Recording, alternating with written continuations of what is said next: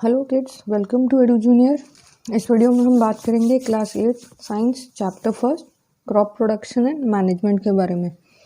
अगर हमारा वीडियो आपको पसंद आए तो वीडियो के एंड में हमारे चैनल को लाइक और सब्सक्राइब ज़रूर करें।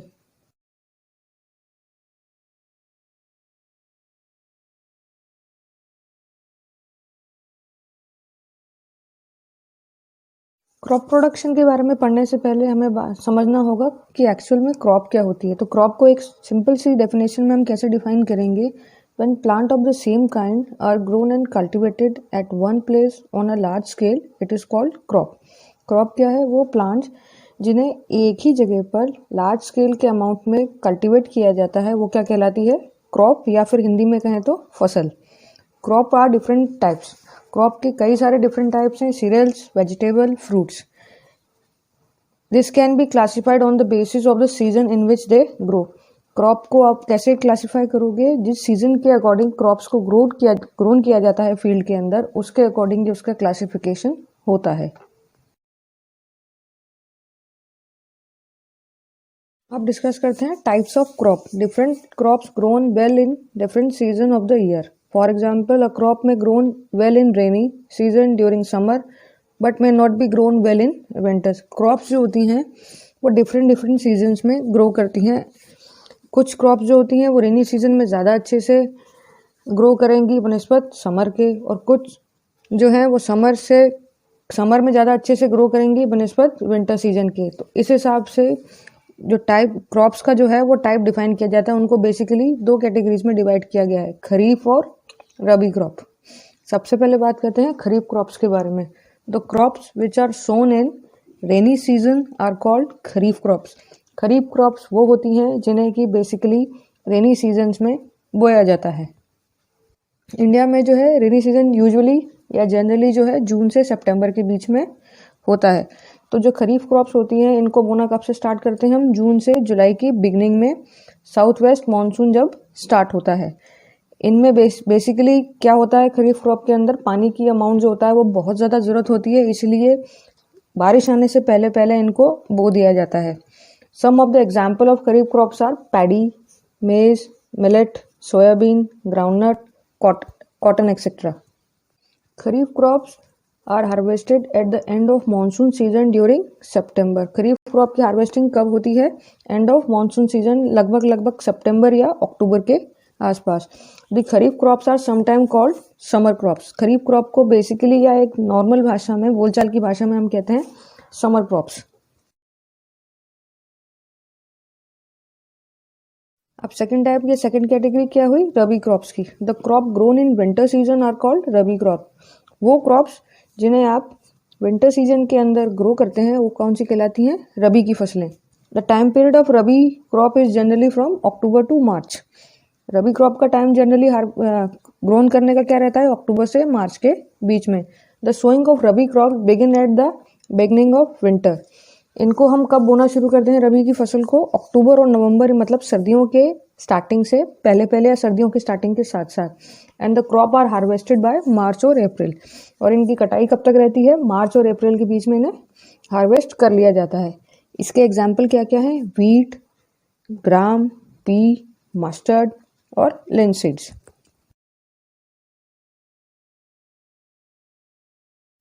अब हमारा नेक्स्ट टॉपिक है agriculture practice. Agriculture practice actually में होता क्या है, इसकी डेफिनेशन क्या है?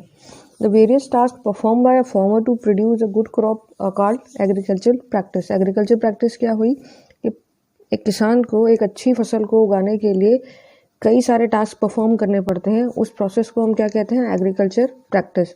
Various agriculture practice carried out at various stages of crop production. Crop production की अलग अलग स्टेजेस पे अलग अलग तरीके की एग्रीकल्चर प्रैक्टिस परफॉर्म की जाती है एक किसान के द्वारा। इसमें पहला नंबर है preparation of soil, second sowing, third adding manure and fertiliser, fourth irrigation, fifth आएगा रिमूवल ऑफ वीड्स, सिक्स्थ है हार्वेस्टिंग, एंड सबसे लास्ट में आता है seventh storage of food grains. इन सब के अलावा एक और एग्रीकल्चर प्रैक्टिस है जिसके बारे में हम सबसे लास्ट में पढ़ेंगे, वो है rotation of crop. Rotation of crop किस लिए ज़रूरी होता है? कई बार क्या होता है, सॉइल की फर्टिलिटी को इम्प्रूव करने के लिए या उसे बढ़ाने के लिए, क्रॉप यील्ड को बढ़ाने के लिए और सॉइल फर्टिलिटी को इम्प्रूव करने के लिए हम क्रॉप्स को जो है वो रोटेशन वाइज भी उगाते हैं। इस चीज़ के प्रोसेस को क्या कहते हैं? Rotation of crop. The various agriculture practice required certain tool और implements which are called agriculture implements. Crop production से लेकर स्टोरेज और फूड ग्रेन तक इस पूरे प्रोसेस को करने के लिए, इस एग्रीकल्चर प्रैक्टिस को इम्प्लीमेंट में लाने के लिए हमें कई तरीके के औजार या टूल्स की ज़रूरत होती है, जिन्हें हम किस में काउंट करते हैं? एग्रीकल्चर इम्प्लीमेंट्स में।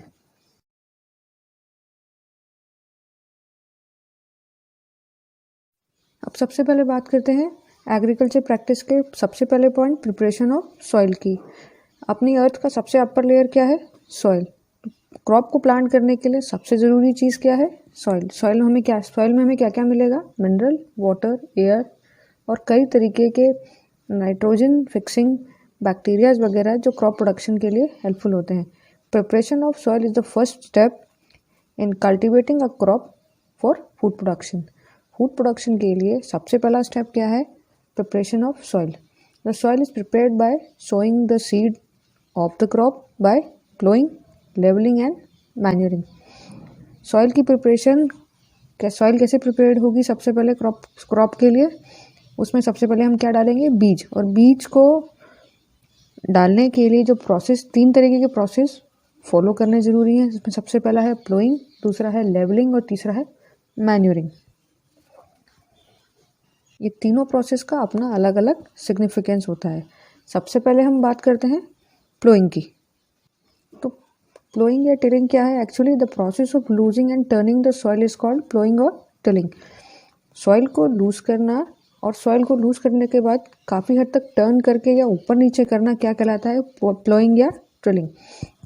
प्लोइंग और टिलिंग जो होती है वो खेतों में किसके थ्रू इम्प्लीमेंट होती है? प्लो के थ्रू। प्लो जो होते हैं वो या तो वुड के बने हुए होते हैं या फिर आयरन के होते हैं। प्लो के जो आयरन का जो बना हुआ होता है, इसकी जो टिप होती है वो आयरन की होती है, जो कि बहुत ईजिली पेनिट्रेट हो जाती है सॉइल के अंदर।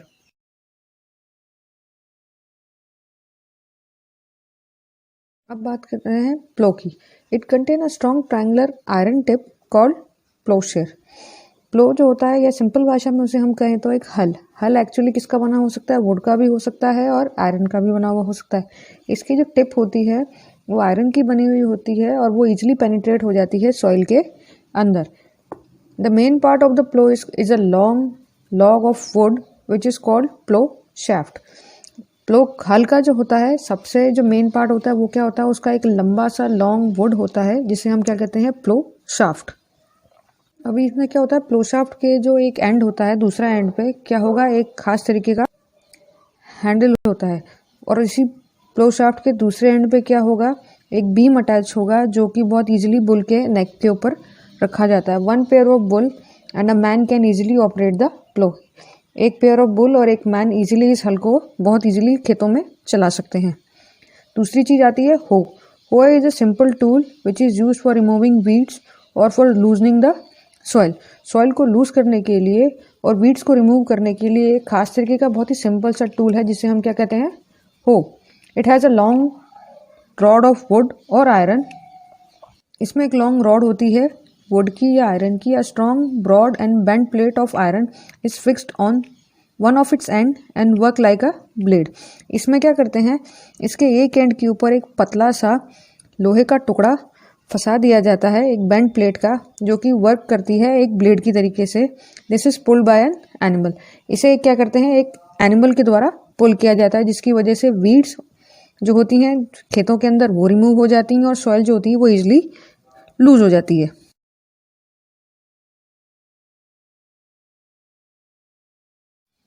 अब बारी आती है कल्टीवेटर की। Cultivator is a tractor driven agriculture implement which is use for loosening and turning the soil in the field quickly. Cultivator क्या है? एक ट्रैक्टर ड्रिवन एग्रीकल्चर इम्प्लीमेंट है जो कि यूज़ किया जाता है सॉइल को लूज करने के लिए और टर्न करने के लिए बहुत ही क्विक प्रोसेस में। A cultivator has many ploughshare which can dig into a considerable area of soil at the same time loosen it and turn it. Due to this, many fields can be plowed in a short time by using cultivator. Cultivator की मदद से हम क्या है, एक short period के अंदर कई सारे फील्ड्स को बहुत ही जल्दी फ्लो कर सकते हैं। अब बात करते हैं एग्रीकल्चर प्रोसेस के सेकेंड स्टेप की, जो है क्या है, सोइंग यानी कि बुआई। Once the soil in the field has been prepared by plucking, leveling and manuring, seeds of the crop can be sown in it. जब एक बार खेत में प्लकिंग, लेवलिंग और मैन्यूरिंग पूरी तरीके से कंप्लीट हो जाती है, उसके बाद क्या किया जाता है, बीज को बोने का प्रोसेस स्टार्ट किया जाता है। तो सोइंग की डेफिनेशन क्या बनी, the process of scattering seeds और putting seed in the ground soil by growing the crop plant is called sowing. मतलब क्या हुआ, वो प्रोसेस जिसके अंदर आप सीड्स को सॉइल के अंदर ग्रो करने के लिए डालते हैं, वो प्रोसेस क्या कहलाता है, सोइंग। सोइंग जो है वो क्रॉप प्रोडक्शन का सबसे इम्पोर्टेंट प्रोसेस है। बीज बुआई को लेकर सबसे पहले क्या चीज़ सेलेक्ट की जाती है, बीज की बुआई से पहले गुड क्वालिटी ऑफ सीड्स को सिलेक्ट किया जाता है। Good quality of seeds are clean and healthy seed, free from infection and disease. Good quality of seed लेने से क्या होगा, फार्मर्स को जो है वो अच्छी फसल भी मिलेगी और फूड ग्रेन की क्वालिटी जो होगी वो भी अच्छी होगी।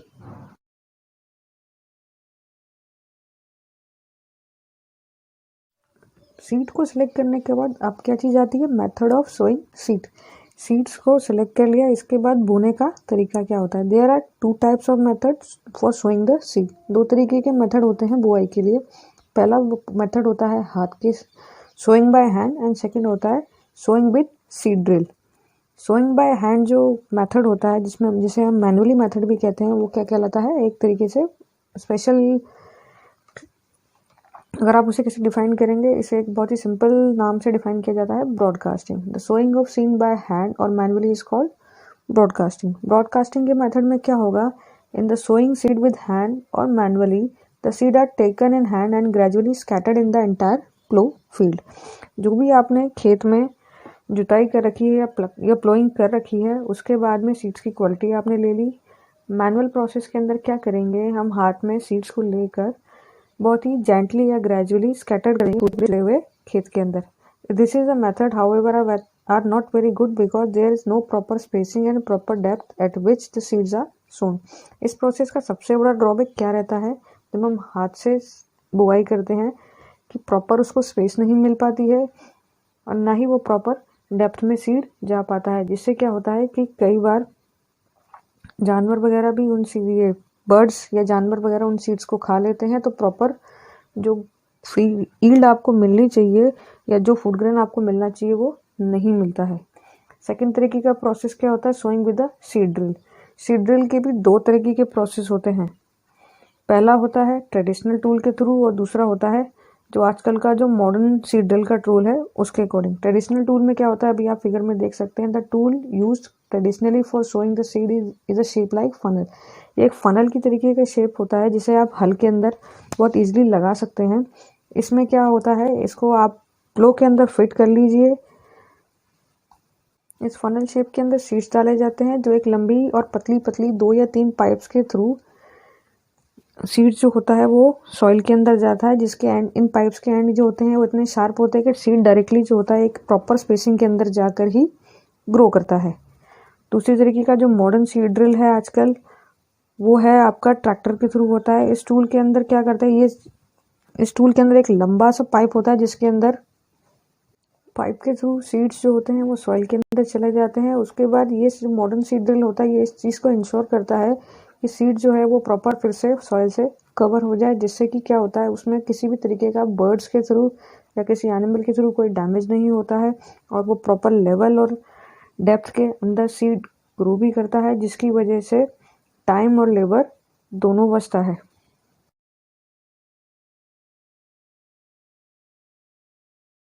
अब बारी आती है एग्रीकल्चर प्रैक्टिस के third point, adding manure and fertiliser. Manure fertiliser में भी अभी हम सबसे पहले बात करेंगे मैन्योर्स के बारे में। The crop plant need a number of mineral and elements for their growth which they get from soil through its root.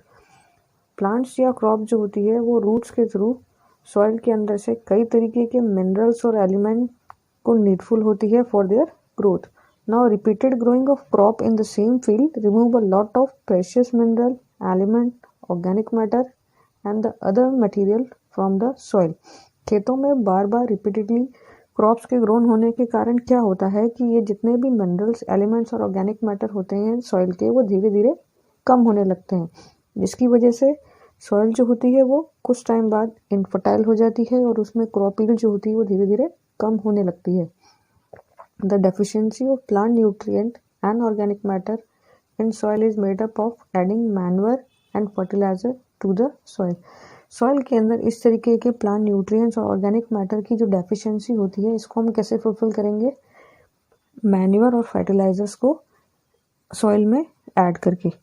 अब सबसे पहले इसमें हम किस बारे में बात करते हैं? मैन्योर्स के बारे में। Manures are the natural fertiliser. Manure जो है वो क्या है? नेचुरल फर्टिलाइजर्स होते हैं। The manure is a natural substance obtained by decomposition of animal waste like cow dung, human waste, plant residual, which supply essential elements and humus to the soil and make it more fertile. Manure के हमने अभी क्या बोला था? Natural fertilisers होते हैं जो किससे बनते हैं? एनिमल वेस्ट जैसे कि काउ डंग हो गया, ह्यूमन वेस्ट और प्लांट रेसिडुअल के डिकम्पोजिशन से। इससे क्या होता है? इन तीनों के डिकम्पोजिशन से जितने भी एसेंशियल न्यूट्रिएंट्स और एलिमेंट्स और जो भी सॉइल को चाहिए होते हैं वो उसको मिल जाते हैं और सॉइल जो होती है वो काफ़ी हद तक फर्टाइल हो जाती है। Manure are prepared from animal waste, human waste and plant residual by action of micro organism. Micro organism के ह्यूमन वेस्ट, प्लांट वेस्ट और प्लांट रेसिडुअल के ऊपर एक्शन करने की वजह से ही मैन्योर प्रिपेयर्ड होते हैं। अब मैन्योर को बनाने के लिए किसान क्या करता है? एक गड्ढे के अंदर, ओपन स्पेस के अंदर एक गड्ढा खोदकर उसके अंदर आपका एनिमल वेस्ट जैसे कि काउ डंग वगैरह, प्लांट वेस्ट जिसमें कि सूखे पत्ते, लकड़ियाँ, ये सब चीज़ें जो भी होती हैं, इन्हें एक जगह पे डंप करके या डाल के उसे ओपनली छोड़ देता है कुछ टाइम के लिए, डिकम्पोज होने के लिए धीरे धीरे।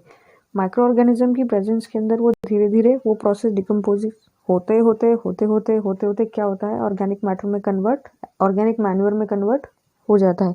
फिर इस खाद को वो खेतों में या सॉइल में इम्प्लीमेंट करता है।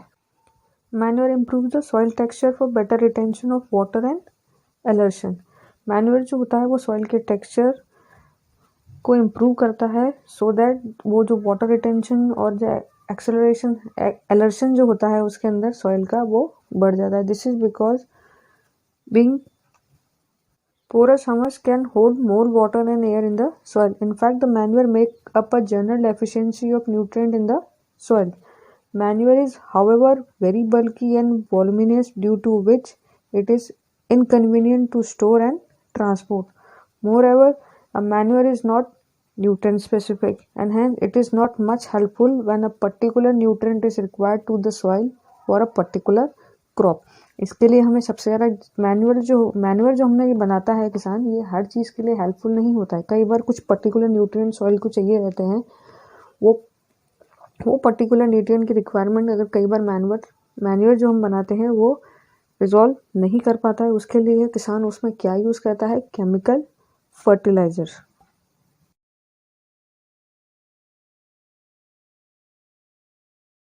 अब बारी आती है मैन्योर के बाद केमिकल फर्टिलाइजर या सिर्फ नॉर्मल भाषा में कहें तो फर्टिलाइजर की।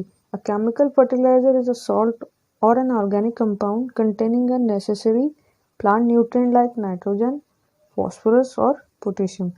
केमिकल फर्टिलाइजर क्या है? एक तरीके का ऑर्गेनिक कंपाउंड या सॉल्ट जिसके अंदर नेसेसरी प्लांट न्यूट्रिएंट्स जैसे कि नाइट्रोजन, फॉस्फोरस और पोटेशियम मिले हुए रहते हैं। The chemical fertilizer have plant nutrients in a concentrated form. Chemical fertiliser के अंदर क्या रहेगा? जो ये न्यूट्रिएंट्स रहते हैं वो कंसनट्रेटेड फॉर्म में रहते हैं, जो कि बहुत ईजिली आपके सॉइल के अंदर की जो फर्टिलिटी है उसको रिस्टोर कर देते हैं, क्योंकि वो बहुत जल्दी ही रिप्लेस हो जाते हैं प्लांट न्यूट्रिएंट्स में कन्वर्ट होकर, जिस वजह से उन सॉइल की जो फर्टिलिटी होती है वो मैन्योर डालने की अपेक्षा कई जल्दी और बहुत जल्दी रिस्टोर हो जाती है। केमिकल फर्टिलाइजर जो होते हैं वो हाईली सॉल्युबल होते हैं वाटर के अंदर, बहुत इजीली सॉल्युबल होने के कारण ये प्लांट में बहुत जल्दी इसको एब्जॉर्ब कर लेता है। केमिकल फर्टिलाइजर्स को मैन्योर के अपेक्षा बिल्कुल जस्ट उसके उलट बहुत इजीली ट्रांसपोर्ट किया जा सकता है, स्टोर किया जा सकता है और हैंडल किया जा सकता है, क्योंकि ये यूजुअली बैग्स के अंदर या कैरी बैग्स के अंदर ही आते हैं। The chemical fertilizer absorb moisture very quickly so they can pack in a air tight bag. Chemical fertiliser के साथ सबसे बड़ी दिक्कत ये है कि वो बहुत जल्दी मॉइस्चर को एब्जॉर्ब कर लेते हैं, इसलिए उन्हें एयर टाइट बैग्स में ही ट्रांसपोर्ट या यूज़ पैक करके दिया जाता है या ट्रांसपोर्टेशन उनका होता है। केमिकल फर्टिलाइजर्स को आप बुआई से पहले भी यूज़ कर सकते हैं, इस इरिगेशन के टाइम पर भी यूज़ कर सकते हैं, या जब फसल आपकी खड़ी होती है उस टाइम उस पर स्प्रे करने के काम में भी ले सकते हैं। इस तरीके से फर्टिलाइजर्स को आप किसी भी टाइम किसी भी प्रोसेस से पहले या बाद में यूज़ कर सकते हैं। The use of fertiliser has help the farmer to get better yield in crop such as wheat, paddy and maize. लेकिन एक्सेस यूज़ ऑफ फर्टिलाइज़र की वजह से भी कई बार क्या होता है, जो सॉइल की फर्टिलिटी होती है वो धीरे धीरे लूज होने लगती है। The excess use of fertiliser changes the chemical nature of soil and make the soil less fertile. ज़्यादा अगर आप एक्सेस केमिकल फर्टिलाइजर को यूज़ करेंगे तो जो उस सॉइल का जो नेचुरल केमिकल होता है वो धीरे धीरे लूज होने लग जाता है और सॉइल जो होती है वो लेस फर्टाइल होने लगती है। एक्सेस यूज़ ऑफ फर्टिलाइजर्स की वजह से वाटर पोल्यूशन भी पॉन्ड्स में, लेक्स में और रिवर में होता है, इसलिए फर्टिलाइज़र को ज़्यादा यूज़ करने की वजह से भी वाटर पोल्यूशन होता है। तो अब इसके लिए हम क्या करते हैं, in order to maintain the fertility of soil we should substitute some of the fertiliser by organic manure. अब इस प्रोसेस में क्या करेंगे, जब हमें खेत में किसी तरीके का कोई कल्टीवेशन कुछ टाइम के लिए नहीं करना होता है तो हम उस कंडीशन में क्या करते हैं, फर्टिलाइज़र का यूज़ ना करके ऑर्गेनिक मैन्यूअर का यूज़ करके फील्ड को कुछ टाइम के लिए ओपन ऐसे ही अनकल्टिवेटेड छोड़ देते हैं 2 या 3 क्रॉप के गैप के बाद में, सो दैट जो वो नेचुरली जो सॉइल होती है वो अपनी फर्टिलिटी को रिस्टोर कर लेती है।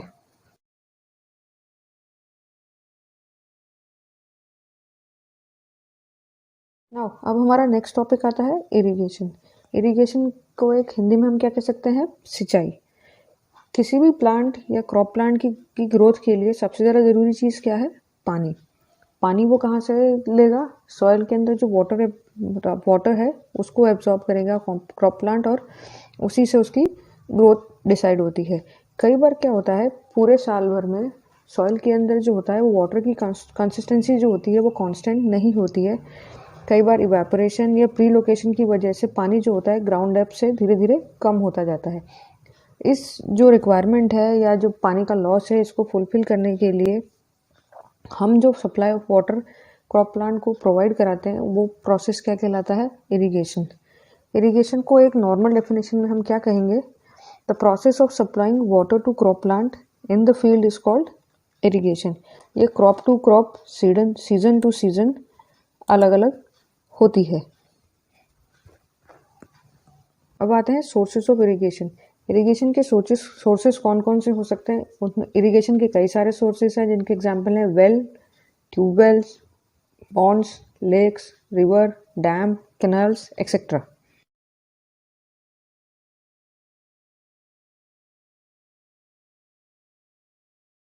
इरिगेशन में जो सबसे पहली चीज़ आती है वो है ट्रेडिशनल मेथड ऑफ इरिगेशन। तो water available in well, pond and canal is lifted up by different method in different region for taking it to the field। पानी को खेतों तक पहुंचाने के लिए अलग अलग रीजन्स में अलग अलग मेथड्स अप्लाई किए जाते हैं।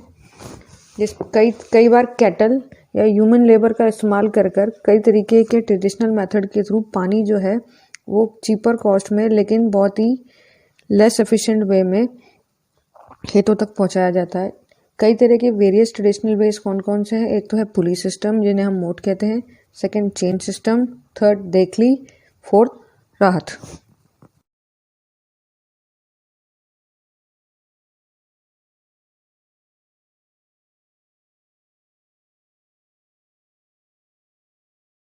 बात करते हैं मॉडर्न मेथड ऑफ इरिगेशन की।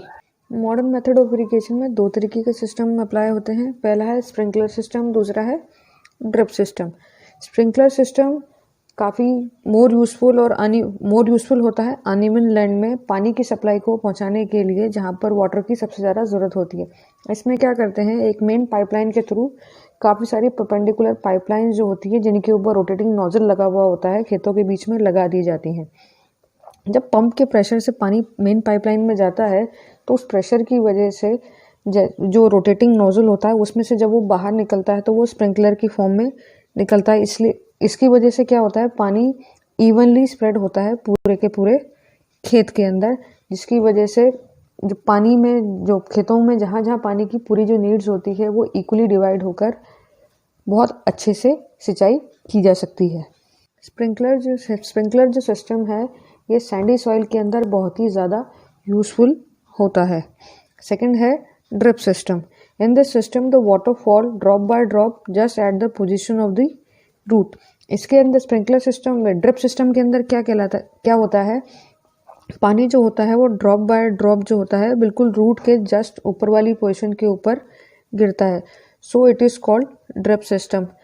It is the best technique for watering fruit plants, gardens and trees. Fruit plants, gardens और ट्रीज को बेस्ट टेक्निक है उनको पानी पहुंचाने के लिए। The system provide water to plant drop by drop. Water is not waste at all.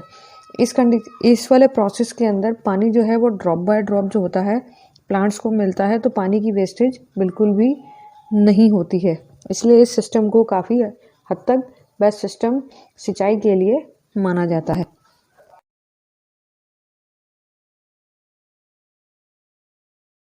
अब next topic है रिमूविंग द वीड्स और वीडिंग। जब हम क्रॉप ग्रो करते हैं तो कई बार क्या होता है, उसमें कुछ एडिशनल क्रॉप प्लांट्स जो कि बहुत ही ज़्यादा स्मॉल होते हैं, अनवांटेड होते हैं, वो साथ में जर्मिनेट हो जाते हैं फील्ड के अंदर नेचुरली। तो ये जो अनवांटेड जो प्लांट्स होते हैं जो नेचुरली जर्मिनेट होते हैं क्रॉप्स के अलावा, इन्हें हम क्या कहते हैं, वीड्स। एक सिंपल सी डेफिनेशन वीड्स की क्या बनेगी, द अनवांटेड प्लांट और a wild plant which grow along with the cultivated crop is called weed. किसी भी खेत के अंदर वीड्स की जो ग्रोथ होती है वो बहुत ही हार्मफुल होती है because they consume lots of fertiliser, water, sunlight, space जो कि हम क्रॉप के लिए बनाते हैं, वो जिसकी वजह से क्या होता है, जो क्रॉप की यील्ड होती है वो कम हो जाती है और जो फूड ग्रेन पैदा होता है या फूड ग्रेन जो उगता है वो लोअर क्वालिटी का होता है। Since the presence of weed in the field will reduce the crop yield, therefore it is necessary to remove from the time to time। कई इस जो वीड्स हैं इनको टाइम टू टाइम फील्ड्स के अंदर से ड्यूरिंग क्रॉप प्रोडक्शन हटाना ज़रूरी होता है। ड्यूरिंग प्लगिंग वैसे तो वीड्स को हटाया दिया जाता है, बट फिर भी कई बार ये रीअपेयर होते हैं क्रॉप की ग्रोथ के साथ साथ। वीड्स जो हैं खेतों में बहुत जल्दी मल्टीप्लाई और स्प्रेड होते हैं क्योंकि ये बहुत जल्दी और बहुत लार्ज क्वांटिटी में अपने सीड्स को प्रोड्यूस करते हैं।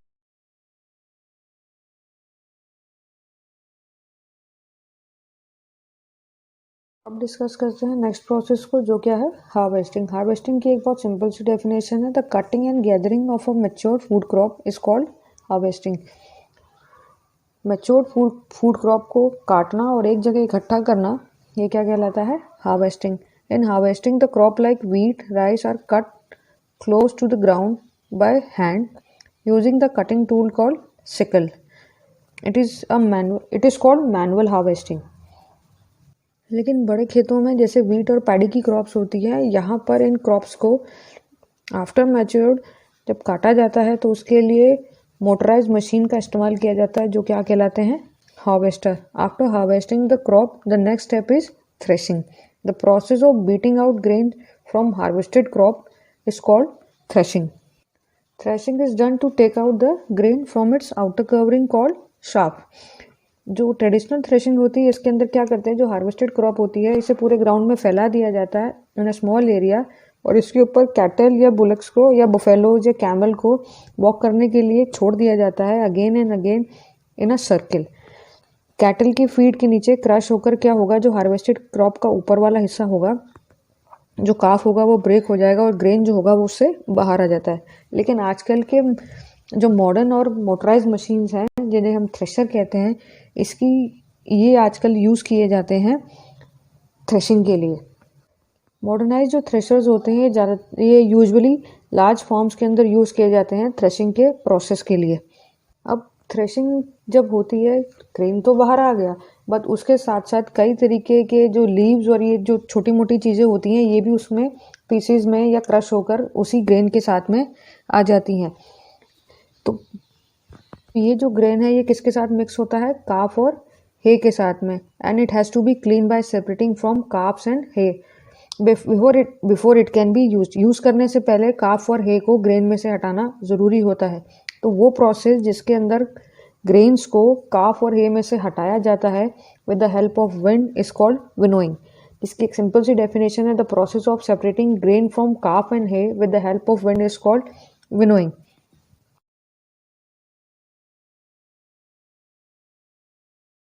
लास्ट टॉपिक है इस चैप्टर का, वो है storage. The storage of produce is an important task. Grain के कटने के बाद में और विनोइंग के प्रोसेस के बाद में उसका स्टोरेज सबसे ज़्यादा इम्पॉर्टेंट प्रोसेस होता है। क्रॉप को इंसेक्ट, मॉइस्चर, रैट्स और माइक्रो ऑर्गेनिज्म से लंबे समय तक बचाने के लिए स्टोरेज कंपलसरी है। स्टोरेज के अंदर इन सब चीज़ों को बहुत ही खास ध्यान रखा जाता है कि जिस भी जगह आप उसको स्टोर करके रखेंगे क्रॉप को एक लंबे समय के लिए, तो वहाँ पे मॉइस्चर, इंसेक्ट, रैट्स और माइक्रो ऑर्गेनिज्म से वो प्रोटेक्टेड रहे। The fresh crop has more moisture. If freshly harvested grain seeds are stored without drying, they may be spoiled or attacked by organisms and losing their germination capacity. ये fresh crop जो होती है उसके अंदर moisture बहुत ज़्यादा होता है, तो स्टोरेज करने से पहले जो फ्रेशली हार्वेस्टेड ग्रेन होते हैं इनको जब आप स्टोर करेंगे तो इन्हें बिना सुखाए या ड्राई किए हुए अगर आप इन्हें स्टोरेज के प्रोसेस में रख देंगे तो ये बहुत जल्दी ही ख़राब हो जाएंगे और अपनी जर्मिनेशन की जो कैपेसिटी है इसको लूज़ कर देंगे। तो किसी भी ग्रेन को प्रॉपर स्टोरेज करने से पहले सन के अंदर ड्राई करना या उसके मॉइस्चर को रिड्यूस करना बहुत ही ज़रूरी है, so that this is prevent the attack by insect, paste, bacteria and fungi.